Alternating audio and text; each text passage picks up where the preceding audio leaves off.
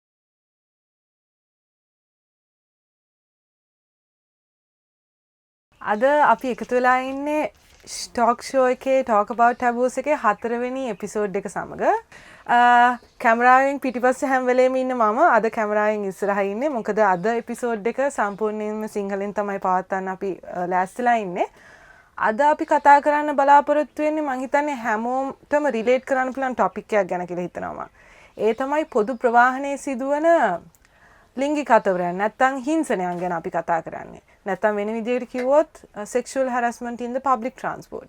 ඉතින් මේ ගැන කතා කරන්න අද අපිත් එක්ක එකතු වෙලා ඉන්නවා ආශිලා දන්දෙනිය. ඒ වගේම රශ්මිනි ඩිසෙල්වා. අද අපි ඔය දෙන්නව ගොඩක් සාදරයෙන් පිළිගන්නවා වැඩසටහනට. මේ දෙන්න ගැන අපි කතා කරොත් එහෙම මේ දෙන්න මේ ටොපික් එක සම්බන්ධයෙන් ක්‍රියාකාරීනියන් විදිහට කටයුතු කරනවා කිව්වොත් හරිනේ. ඒ වගේම not in my bus කියන මීට වසරකට පෙර නැත්නම් not on my bus කියන වැඩසටහන නේෂන් වයිඩ් තිබ්බ වැඩසටහනක්. ඒ වැඩසටහනෙන් ගොඩක් කතා බහක් පැවතුණා මේ පොදු ප්‍රවාහනයේ සිදුවන අතවරයන් නැත්නම් හිංසනයන් පිළිබඳව. මේ වැඩසටහනේ ගොඩක් මූලිකව ඉදිරියට ගෙන ගිය දෙන්නෙක් විදිහට මේ දෙන්න හඳුන්වන්න පුළුවන්. මට දැනගන්න ඕනේ සමාජයේ මේකටම අතර ලොකු ප්‍රශ්න තියෙනවා අපේ ආර්ථිකය කඩා වැටෙනවා පරිසරය හානි වෙනවා මේ ප්‍රශ්න ඔක්කොම ගද්දි ඇයි ක්‍රියාකාරිනියක් විදියට මේ පොදු ප්‍රවාහනයේ තියෙන හිංසනය ගැනම කතා කරන්න ඕනේ කියලා හිතුනේ අපි පටන් ගමු රශ්මිනීගෙන් ඔව් එකක් ගත්තොත් ඇයි මේ ප්‍රශ්නේ තෝරගත්තේ කියලා මම හිතන්නේ එකක් කාන්තාවක් හැටියට අපි හැමෝටම වගේ බහුතරයකට මුහුණ දෙන්න වෙන ප්‍රශ්නයක් තමයි මේක නර්තනේ. සංඛ්‍යාත්මකව මම 2015 කරපු පර්යේෂණයකින් 90%කට වැඩිය ලංකාවේ කාන්තාවෝ කියලා තියෙනවා අවම වශයෙන් එක වතාවක් හරි ඒගොල්ලන්ගේ ජීවිත කාලෙදී ඒගොල්ලෝ ලිංගික හිංසනයට භාජනලා තියෙනවා පොදු ප්‍රවාහන සේවයේදී කියලා. ඉතින් මේක අපි හැමෝටම බලපාන ප්‍රශ්නයක්. ප්‍රශ්නේ තියෙන්නේ ඇයි අපි මේක ගැන තව කතා නොකරන්නේ සහ මේ ප්‍රශ්නේ විසඳන්නේ ඇයි අපි ප්‍රායෝගිකව ක්‍රියාත්මක වෙන්නේ නැත්තේ කියලා. මම හිතන්නේ අපි මේක විසඳන්න ප්‍රායෝගිකව ක්‍රියාත්මක වෙන එක තමයි මම හිතන්නේ මේකේ ඊළඟ පියවර හැටියට හිතන්නේ නේද?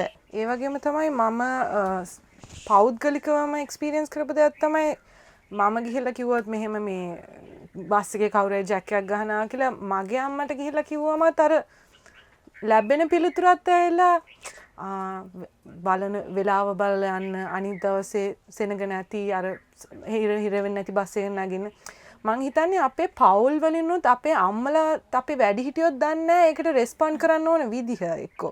නැත්තම් ඒක අපිට කියලා දීලා නැද්ද? ඒක මොකද්ද ඇත්තටම මෙතන තියෙන ප්‍රශ්නේ? ඔව් නෑ නාසි දැන් ඔයා කියපු උදාහරණය මම හිතන්නේ අපි හැමෝම ඔය ප්‍රශ්න වලට උත්තර දීලා ඇති. කාන්තාවක් පොදු ප්‍රවාහනයේදී අපි හැමෝම බදු ගෙවලා අපිට ලැබෙන බදු ගෙවන්න නොලබන අපි හැමෝටම මේක තියෙන පබ්ලික් සර්විස් එකක්.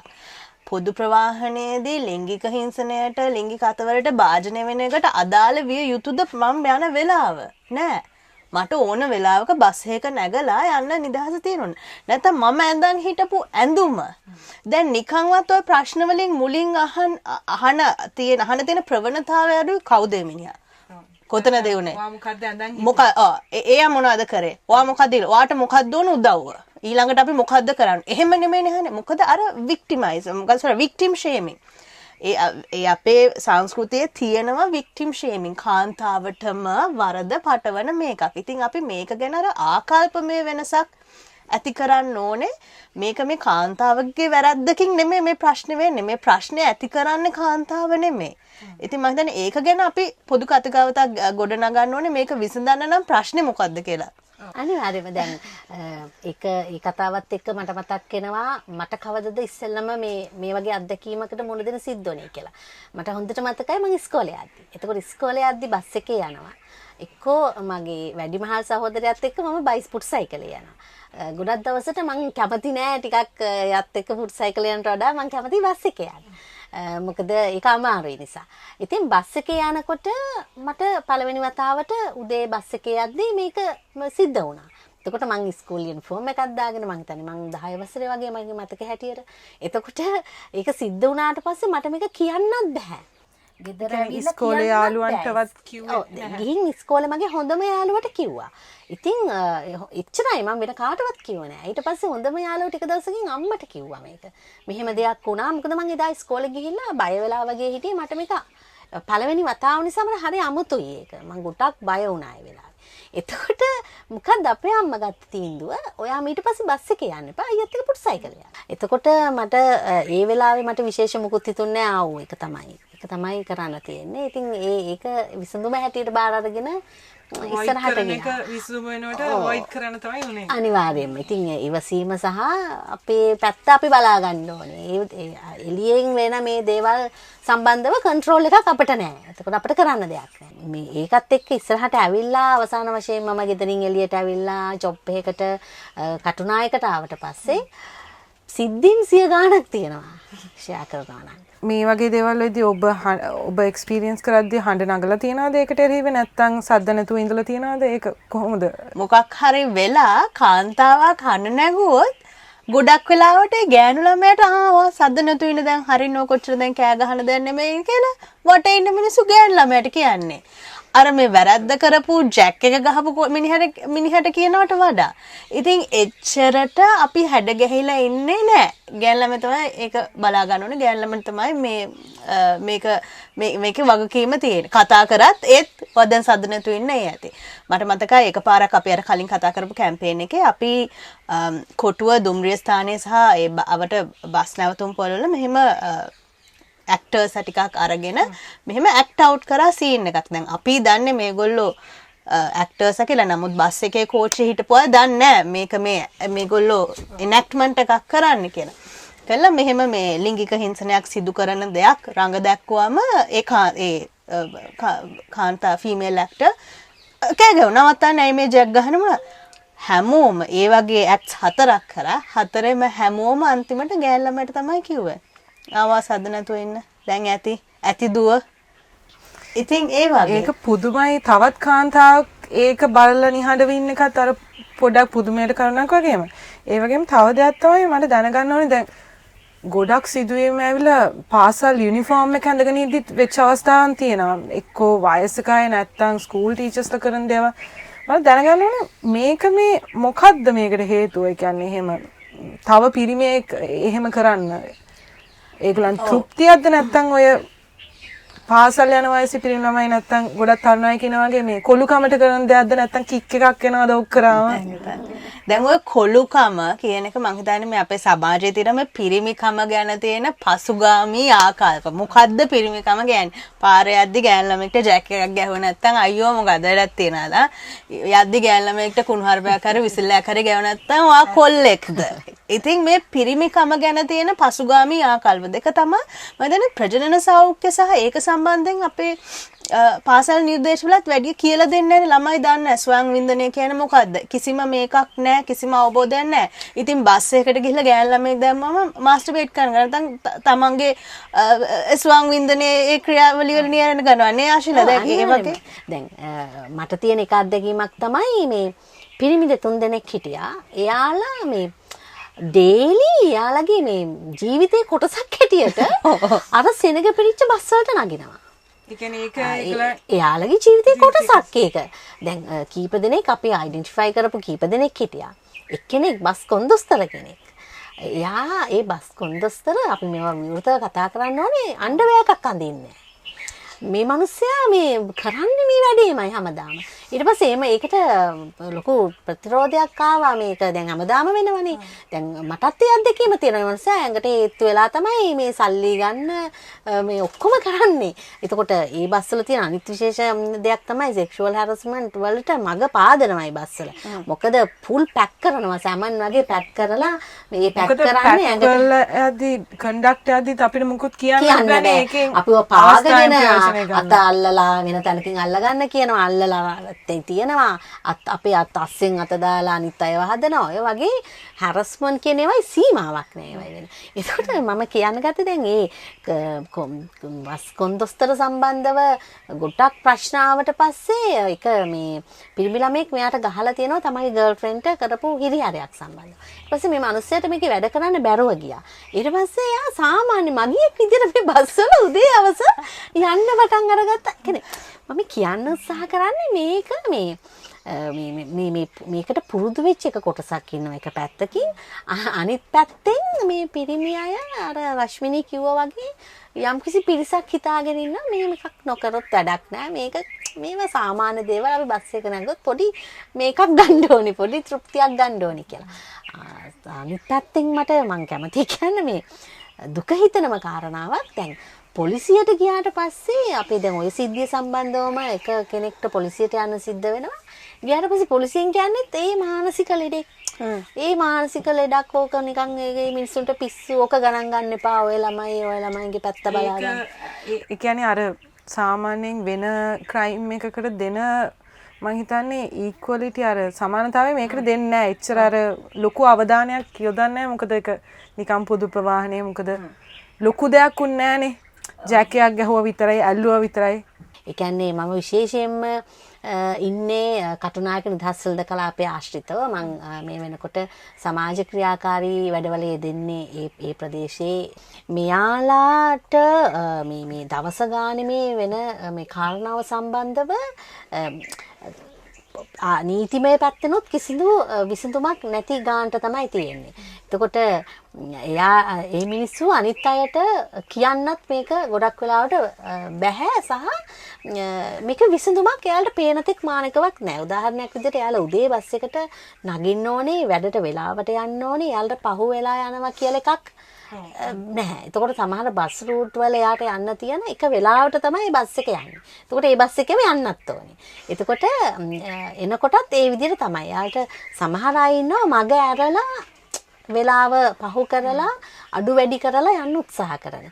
සමහර වර්කර්ස් අපිට ඉන්නවා. අපිට උදාහරණ තියෙනවා. ඒ වැනි සිද්ධියක් වුණාට පස්සේ වර්කර් අද වෙනකන් තවමත් එක වර්කර් කෙනෙක් ඉන්නවා. අද වෙනකන් එයාට මං හිතන්නේ පැයකට වඩා කාලයක් යනවා. කිලෝමීටර් 1.5ක් එයා පයින් යනවා වැඩට. අද වෙනකන් එයා බස් එකේ ආයිත් යන්නේ නැහැ සිද්ධියෙන් පස්සේ. මේ වගේ මේ මිනිස්සු මානසිකව ශාරීරිකව හරියට විඳවනවා මේ වගේ සිද්ධීන් එක්ක. නමුත් මේවා ඉස්සරහට එන්නේ නැහැ. මේවා ප්‍රශ්න හැටියට කවුරුත් දකින්නේ වැඩකට යන්න ඉන්ටර්න් කෙනෙක් විදිහට පටන් ගත්තම එච්චර ලොකු සැලරියක් හම් වෙන්නේ නැහැ. හැමදාම 3 ලක් කැබ් එකක් ගන්න තරම්. ඉතින් බස් එකේ යන්න වෙනවා.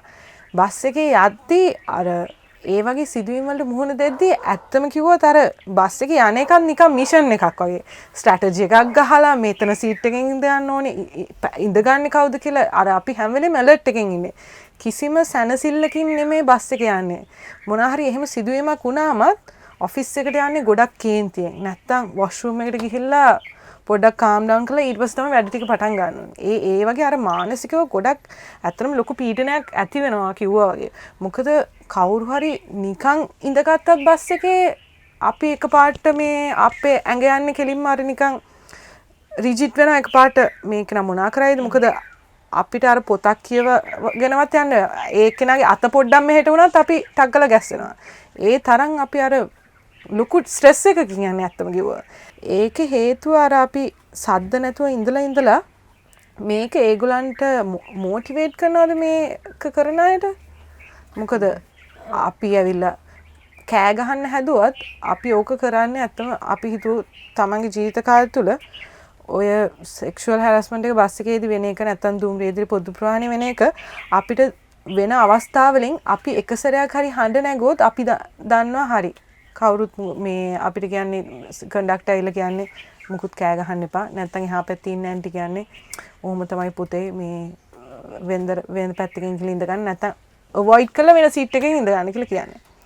ඉතින් අපි කවදාවත් ඒකට හඬ නගන්නෙත් නැහැ මොකද අර අපි හඬ නැගුවොත් අපි දන්නා ගොඩක් මිනිස්සු අපිව ජජ් කරනවා පොලිසි ගානේ යන්න වෙනවා මොකද මිනිස්සු අපෙන් අහන ප්‍රශ්න තමුතු විදිහට නැහන්නේ ඒ නිසා මොකක් හරි තියනවාද මේකට?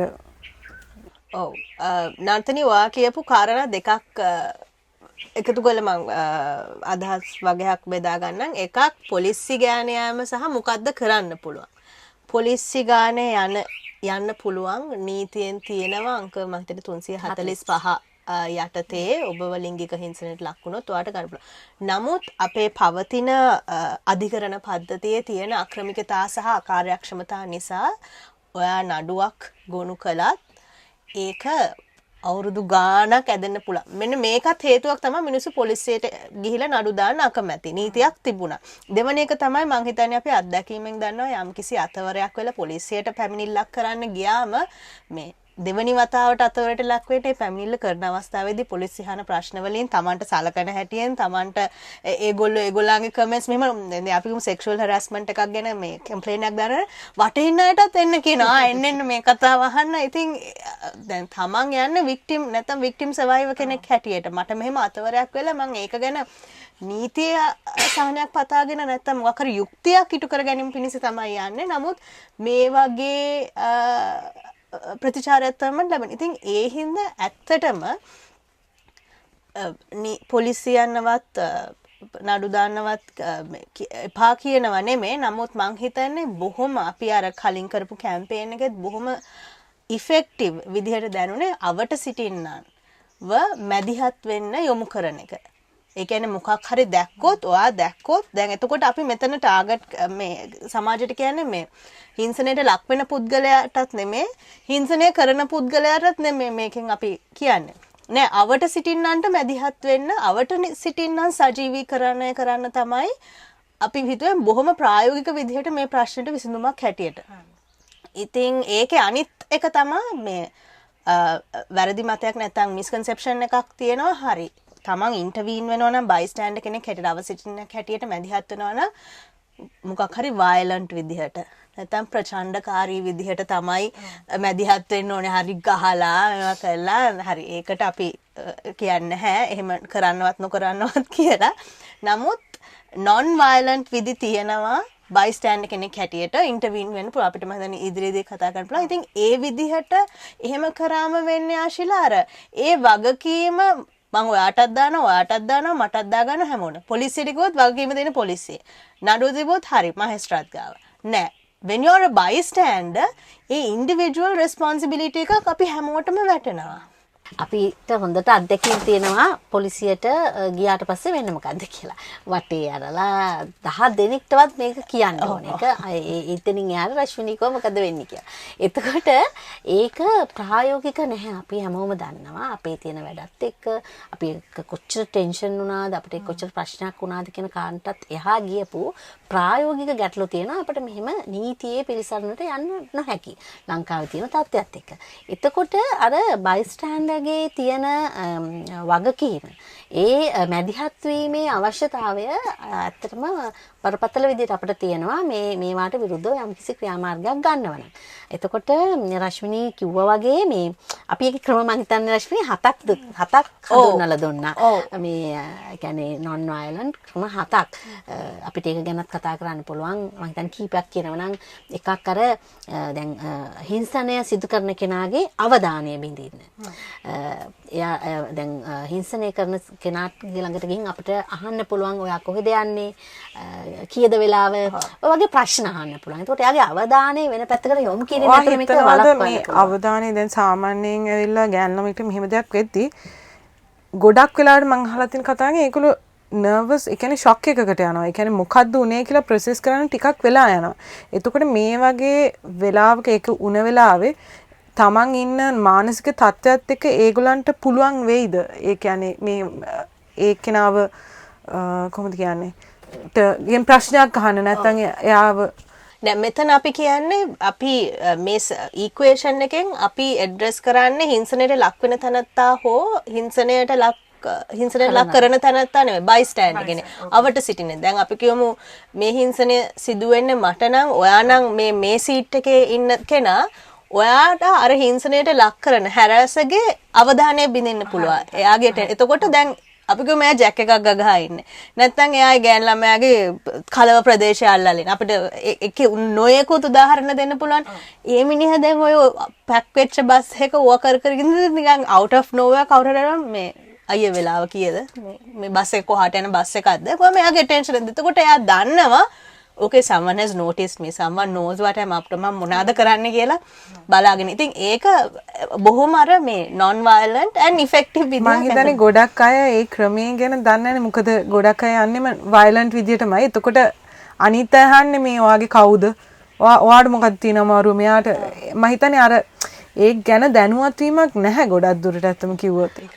ඇත්තටම ඒ හොඳ ක්‍රමවේදයන් ටිකක් එක දැන් ඒක සිදු කරන කෙනා හැමතිස්සෙම මේ කම්ෆර්ටබල් විදිහට ඔක කරන්නේ නැහැ. අනිවාර්යයෙන්ම බයකින් බයක් තමන්ගේ හිත ඇතුලේ බයක් එක්ක තමයි මේක කරන්නේ. කොයි වෙලාවක හරි කවුරු හරි දකීද මේක ප්‍රශ්නයක් වේද මට ගුටි කන්න වේද කියන බය නැතුවම නෙමෙයිනේ. කොච්චර මේක සම්බන්ධව පුරුදු කෙනා වුණත් යම් කිසි චකිතකින් තමයි මේ දේ කරන්නේ. ඉතින් ඒක නිසා මම හිතන්නේ අපේ ඒක ක්‍රමයක් හැටියට ඒක හඳුන්වලා දුන්නා. තව ක්‍රම ගණනාවක්. එතකොට අපි යම් කිසි තැනක අපිට මේ මෙහෙම එකක් වෙනවා කියන එක අපි බලන් ඉන්නේ කියන එක හංගවන්න පුළුවන්. අපි ඒක බලාගෙන ඉන්නේ කියන එක හංගවන විදිහේ වැඩ.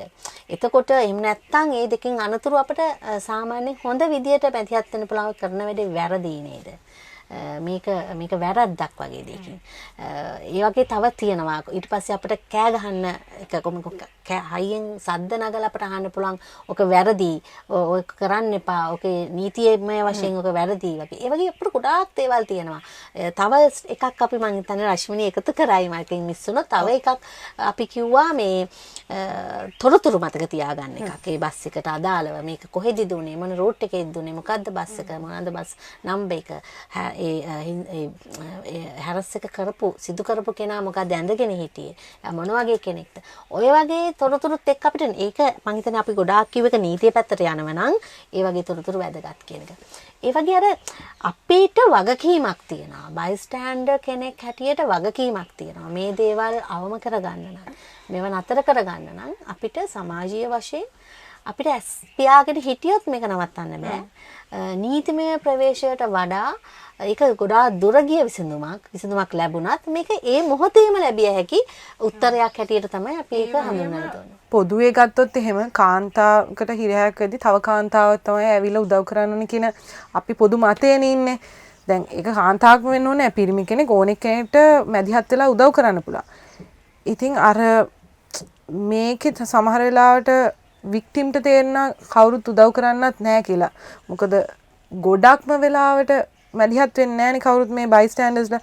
ඔයා හිතන්නේ මේක ඇවිල්ලා ඒක ඒගොල්ලන්ගේම පවුල කෙනෙක්ට වෙන්නම ඕනේද නැත්තම් මේ මෙන්ටැලිටි එක හදන්නේ කොහොමද? මෙන්ටැලිටි එක හදන්න තමයි නර්තනී අර කලින් කිව්වේ මේක අපි මේකේ වගකීම දාන්න ඕනේ අපි හැමෝටම. දැන් හරි මේ මම මැදිහත් වෙන එක හරිද වැරදිද? දැන් අපි මෙතන අපි ප්‍රවර්ධනය කරොත් ප්‍රචණ්ඩකාරී නොවන විදිහට කොහොමද අවට සිටින පුද්ගලයෙක්ට මැදිහත් වෙන්න පුළුවන් කියලා අපි විශ්වාස කරන සහායක සාර්ථක වෙලා තියෙනවා. මොකක් හරි මේ වගේ සිදුවීමක් දැක්කහම මැදිහත් වෙන්න. ඉතින් ඒක තමයි ඒක වටා තමයි මං හිතන්නේ අපි හදන්නේ මේ පොදු සමාජ කතිකාවතක් ගොඩනගන්න. කොහොමද මේ sexual harassment එකක් දැකම එමිනියව ෂර්ට් එකෙන් ඇදලා එමිනියගේ දත් කැඩෙන්න ගහන එකම නෙමෙයි වෙන්න ඕනේ. ඒක වෙනවත් අඩුයි. නමුත් වෙන ඊට වඩා ඉෆෙක්ටිව් ක්‍රමවේද තියෙනවා මැදිහත් වෙන්න පුළුවන්. අනිත් එක දෙවනි තව කාරණයක් තමයි මේ ගොඩක් වෙලාවට මේ ගැන මතයක් සාකච්ඡාවක් ගොඩනගෙද්දිත් හැම වෙලේම ඉස්සරහට දාන්නේ ඇය කාන්තාවක්, ඇය ඔබගේ මව විය හැකි, ඇය ඔබගේ සහෝදරිය විය හැකි, ඇය ඔබගේ දියණිය විය හැකි. දෙයනේ ඇයි මේ රෝල්ස් වලට ඇය තවත් මිනිහෙක්. මේ ඔයාගේ අක්කාම්මත් නංගි වෙන්න ඕනේ නැහැ. අනික දැන් මේ පටන් ගද්දිත් අනේ කාන්තාව හරි දුබල අබල දුබල අනේ එහෙම කළා තමයි පටන් ගන්න අපි මේ ඉෂුව එක ඇඩ්‍රස් කරන්න. නෑ එහෙම නෙමෙයි වෙන්න ඕනේ. මොකද මම දැකලා තියෙන ඕන තරම් අර ඒකන නැගී සිටින ඇන්ටිලා ඕන තරම් දැකලා කුඩේ අරගෙන කෙලින්ම ගහන්න යන ඒ වගේ අවස්ථා ගොඩක් දැකලා තියෙනවා. අපිව බය කරලානේ තියෙන ගෑල් ළමයිට කියනවා පිරිමි ළමයි එක්ක වැඩි යන්න එපා කතා කරන්න. මේ පොඩ්ඩක් ඈත් වෙලා ඉන්න පරිස්සම් වෙලා ඉන්න. ඒත් පිරිමි ළමයිට මුකුත් කියන්නේ නැහැ ඉතින්. ඉතින් මේ අපිව මේ පොඩි කාලේ ඉඳන් මේ හදන විදිය වැරද්දත් ඒක නිසාද මේක මේ ඉස්සරහට යද්දී මෙහෙම වෙලා තියෙන්නේ? එකක් පොඩි කාලේ ඉඳන්ම ගොඩක් බහුතර යන්නේ ගෑනු ඉස්කෝල වෙනම පිරිමි ඉස්කෝල වෙනම. ඉතින් ඇත්තටම දන්නේ නැහැ කොහොමද ගෑනු අය පිරිමියත් එක්ක පොඩි කාලේ ඉඳන් අර එහෙම අර නුහුරු ගතියක් තියෙනවා. ඉතින් ඒක තමයි දැක ගමන් බස් එක දැක ගමන් ආනේ මොකද කරන්නේ මෙන්න ගෑනු ළමෙක් මෙන්න යාගේ පියයුරු මෙන්න යාගේ කකුල්. ඉතින් හරිම මේ තේරෙනද අර පොඩි කාලේ ඉඳන් අනිත් එක අර මම අපි අර ආයිත් කලින් සාකච්ඡා කරා වගේ මේ ලිංගික සහ ප්‍රජනන සෞඛ්‍ය ගැන බොහොම අඩුවෙන් කතා කරන්නේ පාසල් මට්ටමින්. මම හිතන්නේ ඒවත් බලපානවා ආශිලා. ඒ කියන්නේ මේ ගොඩක් අර වටේ තියෙන ගොඩක් දේවල් කනෙක්ට් වෙලා සම්බන්ධ වෙලා තියෙන්නේ. ඒක දැක්ක ගමන් ෂොක් වෙන්න තමයි එන්වයරන්මන්ට් එක මුලින් ඉඳලා හදලා තියෙන එක පැත්තකින්. අනිත් පැත්තෙන් අර අපි කලින් කිව්වා වගේ වෙන්කිරීමේ අභ්‍යන්තර කාරණා ගොඩක් තියෙනවනේ. පිරිමි ළමයාට ඕන එකක් කරන්න පුළුවන් වගේ මානසික මට්ටමක්. කාන්තාවට බොහෝ සීමාවන් සහ ඉවසීම බරපතල විදිහට ඉවසන්න කියන පණිවිඩය. මේවත් එක්කම පිරිමි ළමයාට හිතන දේ කළ හැකි ගෑනු දරුවා විසින් ඉවසිය යුතුයි. වගේ එකක් තමයි මුලින් ඉඳලා හදාන්නේ. එතකොට මේ වගේ අවසාන ප්‍රතිඵලය හැටියට තමයි මේ එක විධික්‍රම වලට මේව මතුවෙන්නේ. ඉතින් එක එකක් හැටියට බස් එකේ යද්දි මේ කරන හිංසනය මේ අද වෙනකොට හැමදාම සිද්ධ වෙන අර අපි කලින් කිව්වා වගේම හැම කෙනෙක්ටම සිද්ධ වෙලා තියෙන සාමාන්‍යකරණය වෙන ප්‍රශ්නයක් බවට පත්වීමේ තරම්ම ඉස්සරහට ගිය එකක් බවට පත් වෙලා තියෙනවා. ඉතින් මේක ඒ කියන්නේ මේක මෙහෙම සාමාන්‍යකරණීය වෙන්න තරම් ගියා කියන්නේ අපි සමාජයක් හැටියට ෆේල් වෙලා තියෙනවා සංස්කෘතියක් කිසිම දෙයක් තිබුණා. අපි කලින් කතා කරා වගේ වෙන් කරන එක. එතකොට දැන් මුල ඉඳලම කරෙත් වෙන් කිරීම. එතකොට මේ එක කාන්තා දිනයකදී මේ අපට දෙන විසඳුම තමයි ජාත්‍යන්තර කාන්තා දිනයේ සැමරීම හරි උත්කර්ෂවත් විදියට සමරුවා කියලා අපට දෙන විසඳුමක් තමයි වෙනම කෝච්චි පෙට්ටියක් දෙනවා මේ මීට අවුරුදු දෙකකට කලින් වෙනම යන්න කියලා. එතකොට මොකද්ද මේක කවුද මේක මොන විදියට හිතලා දුන්නද කියන එක අපිට තියෙන ප්‍රශ්නය. තවදුරටත් මේ වාතුර වෙන හිංසනයට එහෙම නැත්නම් මේ හිංසනයේ සිදුවෙන ආකාරයන් පිළිබඳ සොයා බලමින් මේකට විසඳුමක් ගේනවා වගේ පළල් වැඩක් වෙනුවට මේ ඔයාලට හිංසන වෙනව නම් ඔයාලා මේ වෙනම විදියට යන්න වෙන් වෙලා යන්න. ඉතින් හොඳම කාරණේ තමයි ටික දවසක් ගිහින් බලනකොට මේ බොක්ස් එකේ දෙවොල්ලම ඉන්නවා. මේ ඉතින් ඒක ප්‍රැක්ටිකල් නෑ. අපේ ජනගහනය ගත්තම ඒකේ කාන්තාවන් ගොඩක්ම ඉන්නේ. එක කෝච්චි පෙට්ටියක් ඉතින් ඒක ඉතින් ඇත්තටම මේ වගේ හාස්‍යයට ලක් වෙන විසඳුම් නැතුව මේ අපි කියන්නේ මුල සිටම පාසල් අධ්‍යාපනයේ ඉඳලම මේ වගේ දේවල් සකස් විය යුතුයි කියලා. මම හිතන්නේ රශ්මිනිත් දන්නවා අර පහුගිය කාලේ තව තිබුණා ඇප් එකක් හඳුන්වා දුන්න ප්‍රවාහන අධිකාරිය විසින් බෑඩ් බස් කියලා. එතකොට දැන් ඒක අපි ටිකක් ස්ටඩි කරා මේක ඇතුළේවත් අපිට මොනවා හරි විසඳුමක් හොයාගන්න පුළුවන්ද කියලා. එතකොට ඒකේ තියෙන ප්‍රශ්න ටික තමයි අපි සාම්පල් හැටියට අපි ප්‍රැක්ටිස් කරන්නත් උත්සාහ කරා සමහර දේවල් දාලා. එතකොට ඒකේ කියනවා මොකද්ද බස් එකේදී වෙන ප්‍රශ්නය, ඒ බස් රූට් අංකය, බස් එකේ නම්බර් එක, ඔහොම සිද්ධිය මොකද්ද, ඔහොම තොරතුරු ඒකේ දාන්න ඕනේ. හොඳම කාරණේ තමයි මේ අනිවාර්යෙන් එක ඉන්වෙස්ටිගේෂන් කරන්න නම් පින්තූරයකුත් දාන්න ඕනේ. හර මොකක් හරි වෙන සිද්ධිය සම්බන්ධව. එතකොට අපි කතා කරලා බැලුවම කියන්නේ මෙහෙමයි. බස් එක අපිරිසුදු නම් කන්ඩක්ටර් වැරදි විදියට හැසිරෙනවා නම් එහෙම නැත්නම් පාරේ තියෙන මාර්ග නීති කඩ කරනවා නම් මේ මොනවද ලයින්ස් කපාගෙන යනවා අපට අදාළ නෑනේ. අපට තියෙන ප්‍රශ්නේ ඕක නෙමෙයි. ඒවත් ප්‍රශ්න තමයි. නමුත් අපි කාන්තාව හැටියට අපිට තියෙන ඊට වඩා බරපතල ප්‍රශ්නයක්. ඒකට ඒක අසම්බන්ධව යමක් කරනම් දැන් ඒක තියෙනවා ඒ ඇප් එකට ගියාම පේනවා සිද්ධි ගොඩාක් අපි තෝරන්න ඕනේ ප්‍රශ්නය මොකද්ද කියන ඒවා තියෙනවා. අන්තිම ප්‍රශ්නේ තමයි මේ අපිට වෙන හිරිහැරයක් මොකක් හරි තියෙනවා වාර්තා කරන්න කියලා. අනිවාර්යෙන් ෆොටෝ එකක් දාන්න ඕනේ. ඒක නැත්තම් විසඳන්න බෑ. අපි කොහොමද අපිට වෙන හිංසනය සම්බන්ධව ෆොටෝ එකක් දාන්නේ? ඒ වෙන වෙලාවේ අර තියෙන මානසිකත්වයත් එක්ක ෆෝන් එක අරගෙන ඔයා මගේ කකුල අල්ලලා ඉන්න මම ෆොටෝ එකක් ගන්නම් කියන්නද මොකද්ද? අපිට ඒක හරියම ප්‍රායෝගික නැහැ. දැන් අපි සමාජයක් විදියට අපි කියන ශ්‍රී ලංකාව දියුණු වෙලා ඉදිරියට ඇවිල්ලා ඉස්සරහට කලින් එක අපි සසඳලා බලද්දී පිරිමි අයට සමානව කාන්තාවත් රැකියාවේ නියුක්ත වෙනවා, පොදු ප්‍රවාහනය පාවිච්චි කරනවා, මේ ඔක්කොම තියෙනවා. ඒ වුණාට ඔයා හිතනවාද මේක ඇවිල්ලා මේ පිරිමියෙක් දැන් අපි එක දවසක දින මේ ෂෙඩියුල් එකක් ගත්තොත් පිරිමි එක්කෙනා වැඩට යන විදිහයි ගෑනු එක්කෙනා වැඩට යන විදිහයි මේ දෙකම අපි සසඳලා බැලුවොත් ගෑනු කෙනාට බාධක වැඩි නේද මේ පොදු ප්‍රවාහනයේ බස් එක ට්‍රේන් එක එහෙම පාවිච්චි කරද්දී පිරිමි කෙනාට කම්පෙයාර් කරලා බලද්දී ඔව් ඒ කියන්නේ බාධක වැඩි. මොකද අර මම කලින් කිව්වා වගේ ලංකාවේ 90%කට වැඩියෙන් අත්දැකීම් තියෙනවා කාන්තාවන්ට පොදු ප්‍රවාහන සේවයේ යද්දී ලිංගික හිංසනයන්ට ලක් වෙලා. දැන් මට මතකයි ඔයාගේ ඉන්ටර්න්ෂිප් එක ගැන කතා කරා. මම මගේ ඉන්ටර්න්ෂිප් එකට යන පළවෙනි දවසේ තුම්මුල හන්දියේදී ඒක hina වෙන්න ඕනේ නැහැ. මං හිතන්නේ ඒක අපි හැමෝම දේවල්ගේ කෝප් කරන්නේ එක එක විදිහෙන්. මං හිතන්නේ දැන් මේ බොහොම වේදනාකාරී අත්දැකීම් අපි දැන් හිතන්නේ hina වෙලා. නමුත් මට මතකයි මං හිංසනයකට ලකුණු. ඉතින් මං දන්නේ මං බහින තැනවත් දන්නේ ඒ බස් රූට් එකේ. ඉතින් කාටවත් කියන්නත් බෑ. ඉතින් ඒ වගේ අපි හැමෝම බොහොම වේදනාකාරී අත්දැකීම් වලට මුහුණ දීලා තියෙනවා. නමුත් කාන්තාව හැටියට මොකද්ද අපිට ඒක ගැන කතා කරන්න අවකාශයක් තිබ්බේ නැහැ. අපිට ඒ කාලේදී ඒක ගැන දැනුමක් තිබ්බේ නැහැ. මොනවද කරන්න ඕනේ, කොහොමද ක්‍රියාත්මක වෙන්න ඕනේ කියලා දැනුමක් තිබ්බේ නැහැ. මට මතකයි ඊට පස්සේ දැන් අවුරුදු 2කට විතර කලින් මමයි මගේ හොඳම යාළුවා කෝච්චියේ යද්දි අපේ ඉස්සරහට ඇවිල්ලා වයසක මිනිස්සෙක් මාස්ටර්බේට් කරන්න ගත්තා. ඊට පස්සේ ඉතින් හරි දැන් අපි දන්නවා. හරි ඉතින් අපි කෑ ගහන්න ගත්තා. මේ නවත්තන්න මොනවද කරන්නේ? කිසිම කෙනෙක් මුකුත් කරන අම්මා කෙනෙක්, ප්‍රෙග්නන්ට් අම්මා කෙනෙක් ළමයෙකුත් අල්ලගෙන කුඩයක් එක්ක ආවේ මිනිහට ගහන්න. And both of us were just stunned. Wow.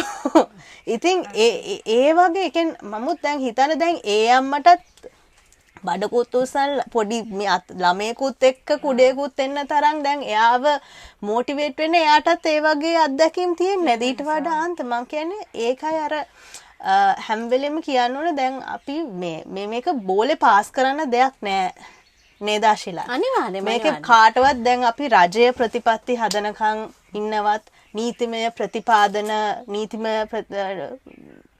ව්‍යුහ වෙනස් වෙන්නවත් නෙමෙයි. ඉතින් අපිට කාටවත් බෝලේ පාස් කරන්න නෑ.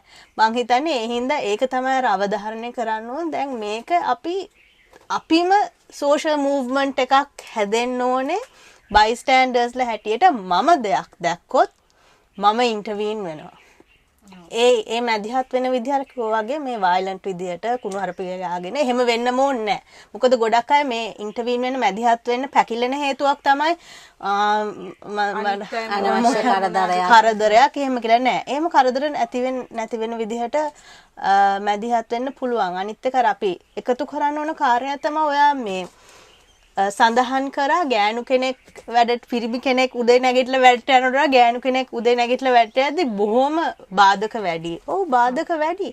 මේ බාධක හේතු වෙලා තියෙනවා රටේ සක්‍රීය ශ්‍රම බලකායට කාන්තා ජනගහනය 35% දායක වෙන්නේ. කළ පර්යේෂණ වලින් ඒක සනාථ වෙලා තියෙනවා මේ පොදු ප්‍රවාහනයේ තියෙන අක්‍රමිකතාව සහ ඒගොල්ලන්ට මුහුණ දෙන්න වෙන ලිංගික හිංසනයන් ඒකට හේතුවක් කියලා. ඉතින් මේක මේ නිකන් ප්‍රශ්නයක් නෙමෙයි. දැන් මේක රටේ ආර්ථිකයට කෙටි කාලිනව සහ දීර්ඝකාලීනව බලපාන ප්‍රශ්නයක්. අනික ඒකෙන් වෙන මානසික සෞඛ්‍යයට ඇති වෙන සයිකොලොජිකල් ඉම්ප්ලිකේෂන්ස් අපි දන්නවා ඒක බලපාන විදිය කොච්චරක්ද කියලා තීන්දුව වෙනවා අපි හැදිච්ච ක්‍රමවේදයත් එක්ක. අපිට මේක කාටවත් කියන්න බෑ කියන එක හරි නෑ කියන එකක් අපිට දීලා තියෙනවා. එතකොට මේක අපේ මානසිකව අපේ ඇතුළේ තියාගෙන විඳවිල්ලක් ඒක. ඒ කියන්නේ අපිට අර ලැජ්ජාව බය දාලා තියෙන්නේ වැරදි පැත්තට සමාජයෙන් උගන්ලා තියෙන්නේ. ඒතකොට ඉවසන්න කියන එක තුළ අපිට මේක තවදුරටත් කතා කරන්න බෑ. එතකොට මොකුත් කරන්න මේකට ගන්න විසඳුමක් නෑ කියන මැසේජ් එකේ ඉවසන්න කියන පණිවිඩය ඇතුලේ තියෙනවා. එතකොට මේ සියලු කාරණා උඩ අපිට මොකක්ද අවසාන වශයෙන් තියෙන්නේ? ඇතුලේ තියාගෙන මේක විඳවන්න ඕනේ. ඒ විඳවීම අර කිව්වා වගේ ආර්ථික ක්‍රියාවලියට කොච්චර බලපානවද? මම අද වැඩට යද්දි මට ඒක වෙනකොට ඒ විඳවීම මගේ තුල තියෙන විඳවීම මගේ එදා තියෙන මේ මගේ වැඩ කටයුතු වලට කොච්චර එක බලපානවද? ඒක ඒ කියන්නේ ප්‍රොඩක්ටිවිටි එකට ගොඩක් බලපාන. අපි කේන්ති කියලා ඔෆිස් එකට ගියාම අපි අර ස්ට්‍රෙස් එකෙන් වැඩක් කරන්නේ. එතකොට අනිත් අය හිතන්නේ ඇවිල්ලා නෑ මේ මෙයා ගෑනු කෙනෙක් නේ. එයාට මේ මොනවාද අර අනිත් අය පිරිමි කෙනෙක් එක්ක සසඳලා බලනවා. ඉතින් මේ ගෑනු අයනේ කොහොමද ටග්ගල ස්ට්‍රෙස් වෙනවා ටග්ගල කේන්ති යනවා. ඒක තියෙනවා. ඒ වුණාට ඒගොල්ලෝ හිතන්නේ මේකට බලපාලා තියෙන හේතුව මොකක් හරි වෙලා තියෙන්න පුළුවන් කියලා පොදු ප්‍රමාණය මොන හරි දෙයක්. ඒ නිෂ්පාදන ක්‍රියාවලියට එහෙම නැත්නම් අපෙන් වෙන ආර්ථික ක්‍රියාවලියට වගේම අපේ පවුලට කොච්චර බලපානවද? එවැනි ස්ට්‍රෙස් එකක් උඩ ගෙදරට ගියාම අම්මලා දරුවන් මත කොච්චර එක මුදා හරින්න සිද්ධ වෙනවද? එහෙම නැත්නම් සාම්පුරුෂයා මත මුදා හරින්න ගිහිල්ලා කොච්චර ගැටලු වෙන්න පුළුවන්ද? මේවා එකින් එකට උදාහරණ අපිට ගේන්න පුළුවන්. අපිට තියෙන මම හිතන්නේ අත්මාං සහ රශ්මිනී අපි දෙන්නම මේ වගේ ශේෂ්ත්‍රත් එක්ක වැඩ කරනවා, මිනිස්සුත් එක්ක ගැටෙනවා, එයාලට අහුම්කම් දෙනවා. එතකොට ඒව තුල අපිට ඕනි තරම් උදාහරණ ගේන්න පුළුවන්. මේ කොච්චර දුරට මෙන්ටලි බලපානවද? මේ මිනිස්සුන්ට ඒක කොච්චර කාලයක් මේක අමතක කරන්න යනවද? ඒක මං හිතන්නේ සමහර සිද්ධීන් ජීවිත කාලෙම අමතක කරන්න බෑ. දැන් අද මට වුණ සිද්ධිය මං පුංචි කාලේ මගේ දරුවා මට අද ඉස්කෝල් වෑන් එකවත් යවනකොට මං දෙතුන් පාරක් හිතනවා. මං කොහොමද යවන්නේ මේ ඉස්කෝල් වෑන් එකේ යන ඩ්‍රයිවර්ගෙන් මේක වෙන්න පුළුවන්ද? ළමයිගෙන් වෙන්න පුළුවන්ද? මට ඉස්කෝලේ ගිහින් එනකන් මම මගේ දරුවා ගැන මේක මං අතිශෝක්තියක් නෙමෙයි අත වශයෙන්ම හිතනවා. මේක හිතනවා මට. පරක්කු වෙනකොට බය හිතෙනවා මොනවා හරි වෙන්න පුළුවන් කියලා. අපි දැන් ඉස්සලා කතා කරේ බස් එක ට්‍රේන් එක ඕක ගැනනේ. අපිට අර මිස් වෙච්ච තැනකුත් තමයි මේ ඔය කතා කරා වගේ මේ ස්කූල් වෑන් එකේ ස්කූල් බස් එකේ වෙන ඒවා. ස්කූල් වෑන් සම්බන්ධව කතා කරද්දී මම එක උදාහරණයක් කැමතියි. මේ බොහොම ඈත කාලේ වෙච්ච දෙයක්. එතකොට ඒ අක්කා සහ නංගි ත්‍රිවිල් එක තමයි ඉස්කෝලේ යන්නේ. අම්මා තාත්තා දෙන්නම වැඩ කරනවා.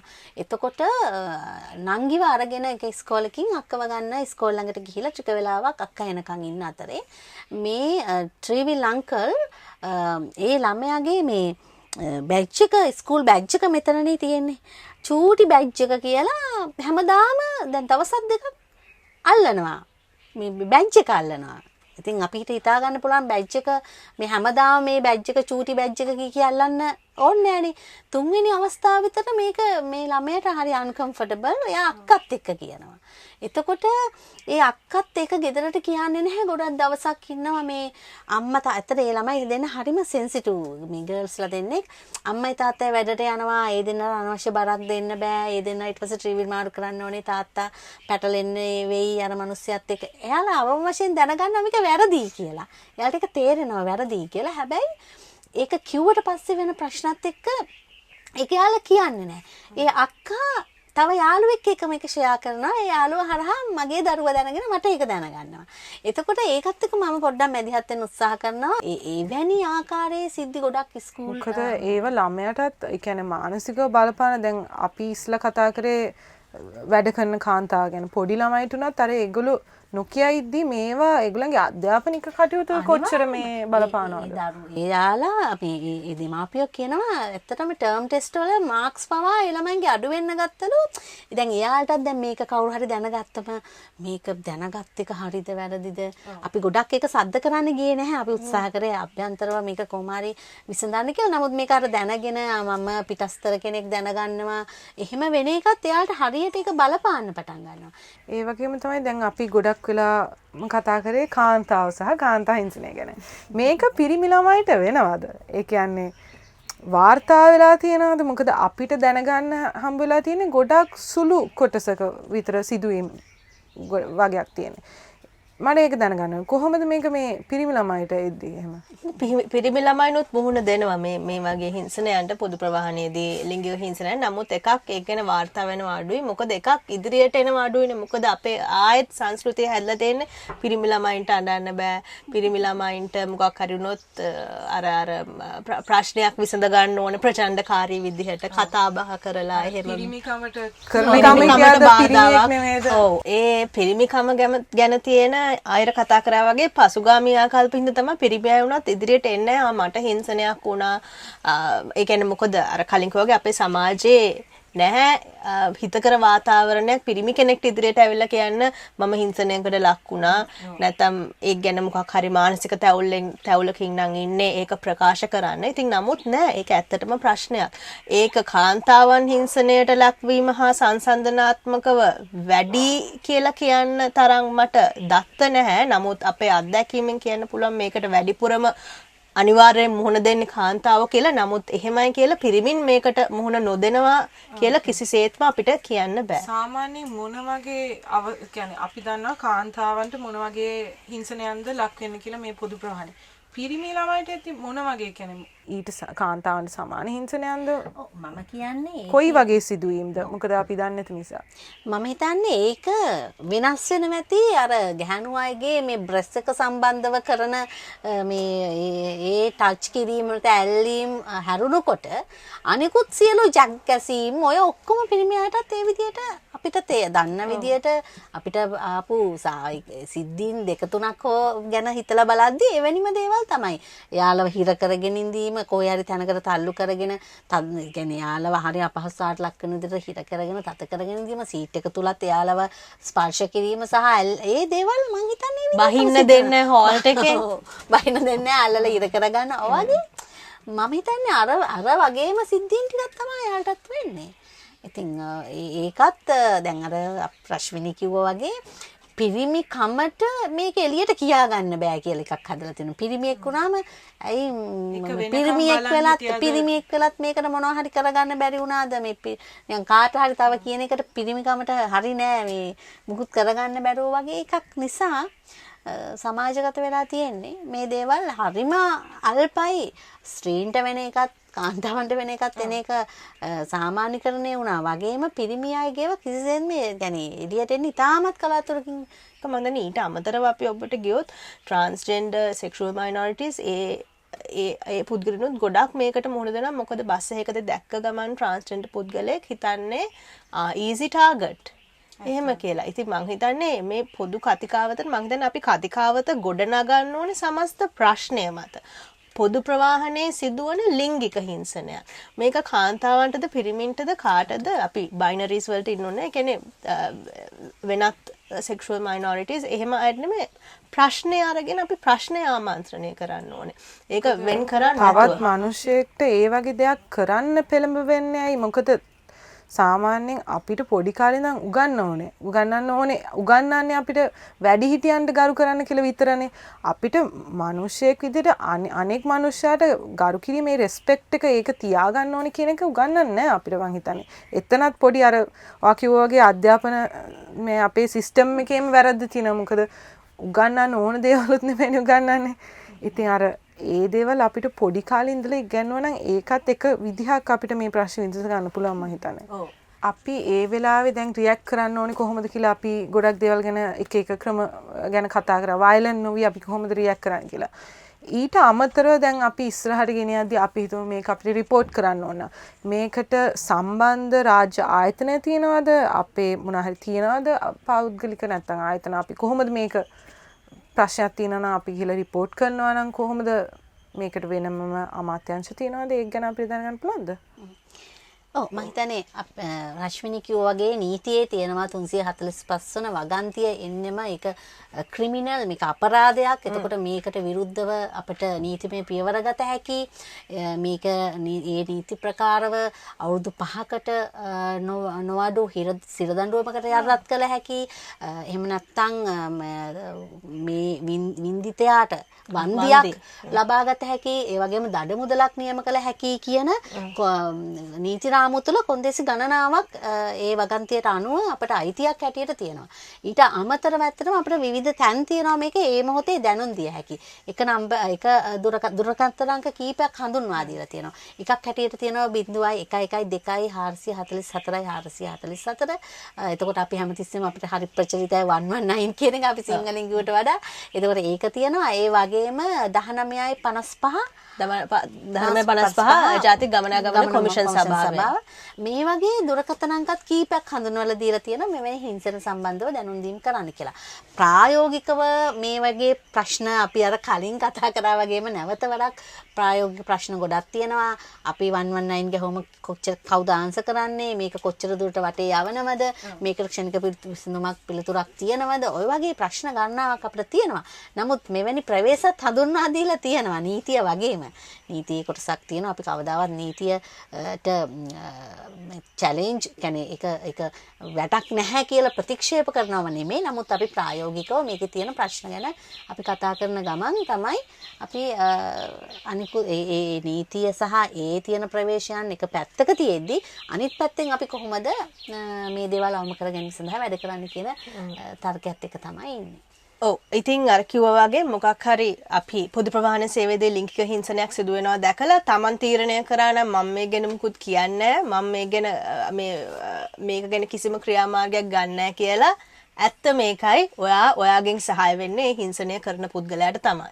ඔයා ඒ හිංසනය කරන පුද්ගලයාට දිගින් දිගටම පුද්ගලයෙක්ට ලිංගික වාතාවරණයක් ලිංගික හිංසනයක් කරන්න හිතකර වාතාවරණයක් ඇති කරන එක තමයි කරන්නේ. ඉතින් මම හිතන්නේ අපි කාටවත් එහෙම වගේ පුද්ගලයෙක් වෙන්න ඕනේ කියලා.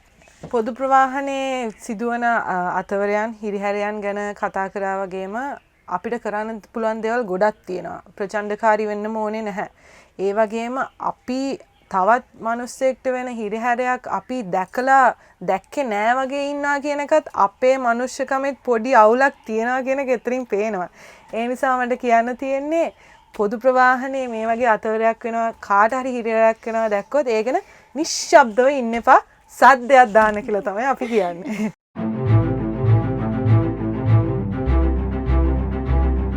I personally know for myself, I would avoid going to work early or I would avoid coming back from work early. I would skip those rush hour periods just so I wouldn't be harassed. There's a certain extent of trauma that is attached to it. Personally, I stopped going in buses just because of this reason.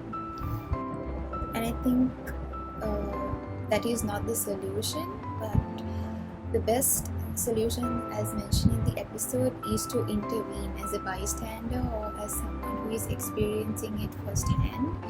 If you speak up, if you make a scene, it's bound to stop at that point. They're not going to continue, but I haven't had the strength to do that either. I've never been so brave enough to make a scene and stop it, but in my little ways I would just like stab a person with an elbow or glare at this particular person until they stop doing it to someone else. Because if someone has noticed and they're threatened by it, they usually stop. Because as much as you don't want to make a scene, they don't want to make a scene either. And another thing is there's a lot of like victim shaming and victim blaming going around. Like they would ask, if you ever speak up about it, they would ask, what were you wearing? just like any other harassment case, they would just ask, what were you wearing? If that was the case, why was I harassed when I was in my school uniform? Like, that's the one thing I want to ask anyone who thinks of it that way. Like, did a fully grown adult man not grasp the fact that I was a child when I was in my school uniform, barely 13-14 years old?